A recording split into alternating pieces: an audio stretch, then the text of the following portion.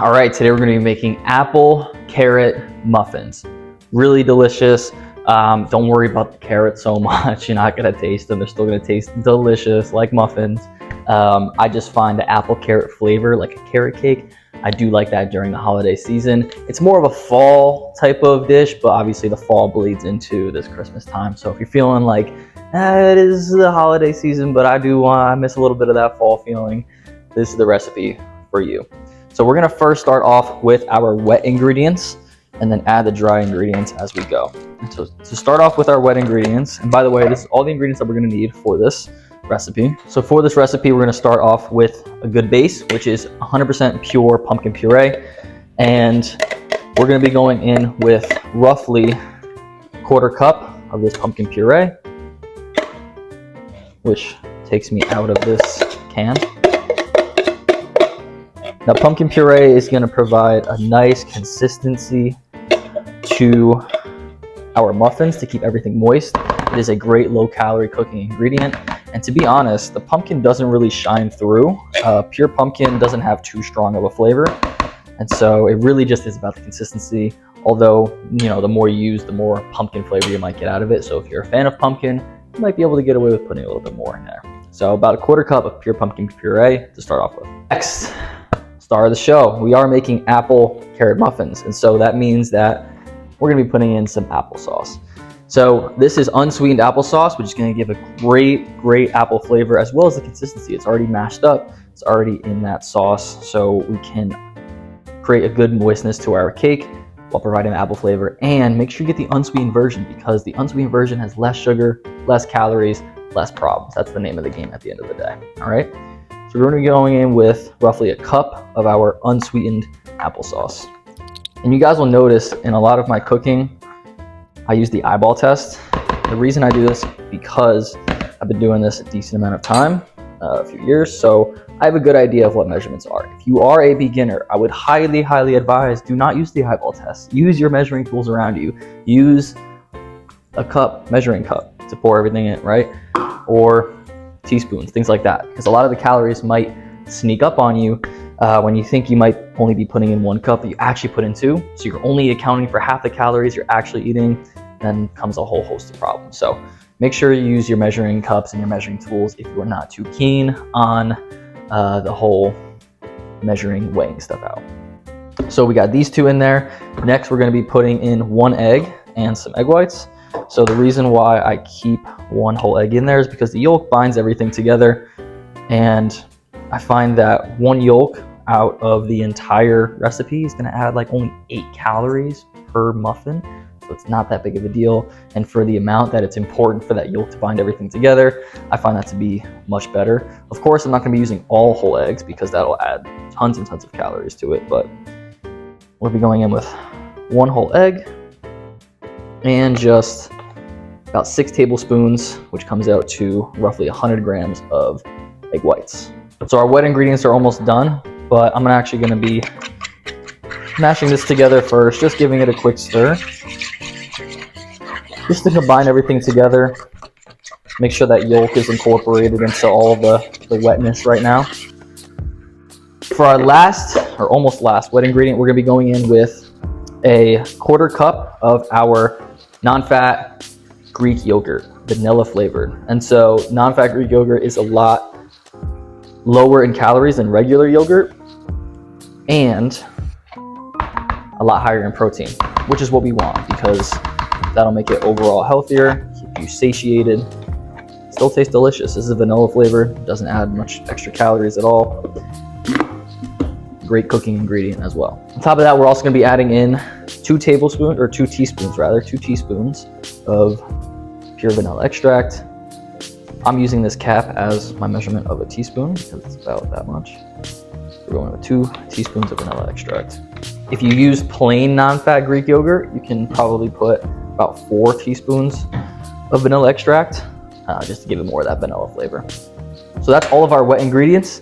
Now it's time to combine that all together, really incorporate that all. You're probably thinking too, why is Greek yogurt going into a baked recipe? You can substitute it with milk. I just find that it's already in a better consistency than milk. Milk makes things a little bit too thin. This is already quite wet. And on top of that, it's got a little bit more protein packed in for the amount that you actually put in. You can, of course, use things like Fairlife milk that have a lot of protein, but I might as well just use a scoop of non-fat Greek yogurt as opposed to pouring in some milk, and then I got to worry about consistency and texture and all that. So that's why we're using this Greek yogurt. So that's all of our wet ingredients combined together. You can see it's very wet right now. We haven't put any dry ingredients in. And this is going to be the star of our show for our dry ingredients. So we're going to be putting in 3 scoops of our protein powder. And this is iced sugar cookie flavored. Obviously I went with a holiday theme, but it is vanilla based. And so that's the key. Just make it a vanilla based protein flavor. So that's going in 3 scoops. And of course, this is from Axe & Sledge. You guys can use code RIDZIK10 for 10% off of your purchase if you want to use the same protein powder or any of their other great festive protein powders, if you so wish. So that's in. Next, we are going to be throwing in some ground cinnamon. That'll give it that nice spiced holiday fall feeling. We'll be going in with roughly a teaspoon or 2 teaspoons there. It really depends on how you like cinnamon. I'm a huge cinnamon guy. I love cinnamon, so I'm probably gonna put in 2 teaspoons there. And then some ground nutmeg. That is a very underrated fall spice that a lot of people don't notice whenever they have that pumpkin spice or fall spice flavor. This will really give it that good smell and flavor that you're looking for. So ground nutmeg, a little bit goes a long way because it is quite strong. So I just went in with roughly a teaspoon there as well. All right, so that is most of our ingredients. We're just gonna give that a stir, combine everything together. And this is where you should start to see more of that batter-like texture and consistency that we were looking for. Now make sure you keep mixing until there's no more of these protein clumps, because those clumps, when they cook, you'll get dry clumps of powder, and that's not what we're looking for. And guys, it also depends on the protein powder. So if you notice that it's still a little bit wet, add an extra scoop. So I noticed that this one's a little bit wet. Obviously different proteins, whey, casein, they'll have different thickness and textures and consistency when you're mixing. So whichever protein you're using, always add in some more. And this is all protein. This is what we're looking for. This is a good ingredient to cook with. So I noticed mine was looking a little bit too thin for how I like it. Want a strong batter consistency, so I'm adding in an extra scoop of protein, which, hey, I'll take some more protein per muffin anyways. So that comes out to 4 scoops of protein powder.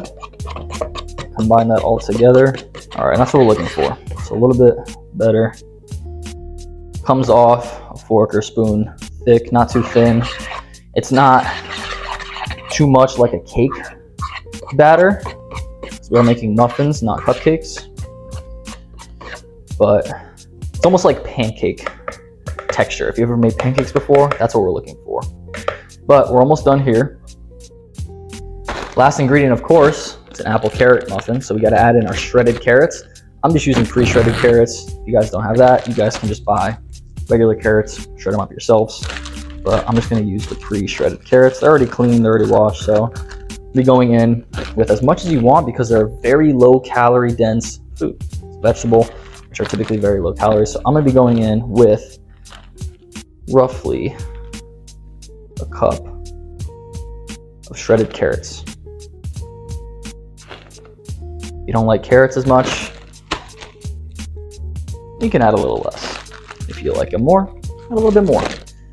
But it is a carrot apple muffin after all, so I wouldn't skip this step. And it also keeps everything bound together nicely. So if your batter is looking a little bit too thin, these carrots will help when they're baking, keep everything bound together. We're gonna preheat our oven to 350 degrees Fahrenheit.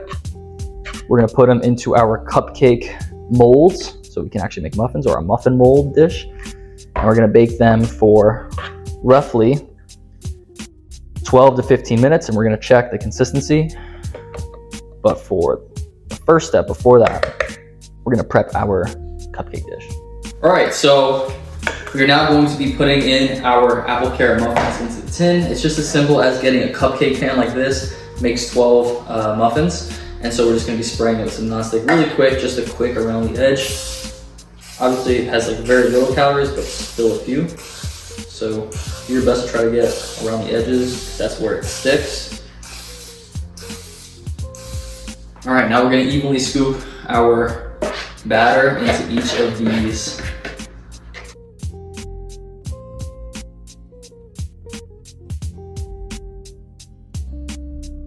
So they're all ready to go. It smells absolutely delicious, like apple pie. The applesauce is really coming through. The cinnamon, all the spices. It's going to be delicious. So the oven is prepped again at 350. We're gonna be baking it for roughly 12 to 15 minutes. Poke it at the 12-minute mark. If it comes out dry, it's good to go. If it's still wet, we'll put it in for the full 15, but these are going in. And we'll check it in a second. All right, so these are the muffins. They're all done. Ended up keeping them in there for actually roughly 20 minutes. So the stove was just a little bit different. Obviously your stove is gonna be somewhat different than mine. So those were in there for about 20 minutes and we're gonna let them cool off for just a few minutes before we take them out and enjoy. All right, so the muffins have cooled off and now we are going to give it a little bit of a taste test. These are perfectly delicious. You can have multiple muffins here. Smell absolutely amazing. Cinnamon, all the spice. Break it open, nice and moist on the inside. Still see the steam is still in there, so you already know it's very moist, all that water vapor coming up. But it smells absolutely delicious. Now, to give it just a quick taste test.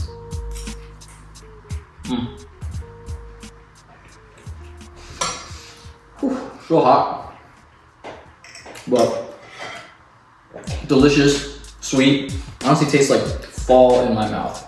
Apples, carrots, cinnamon, and nutmeg, everything combined really well together. And the great news about this is, and I'll throw up the macros right here for you guys, you can have 3, 4 muffins for breakfast and still lose weight, keeping everything else the same. If you just make this swap from regular muffins to these ones, you're gonna be well on your way to eating good and looking good too. But that's gonna wrap it up for today's video. Hope you guys enjoyed. These were the apple carrot muffins that you can have, enjoy, and still achieve all your goals. If you guys like this recipe, check out a bunch of the other recipes that I have on the channel, especially things like our raspberry cheesecake, red velvet cupcakes, which we actually have right back there, absolutely delicious. And so, yeah, hope you guys enjoy, and catch you guys in the next one.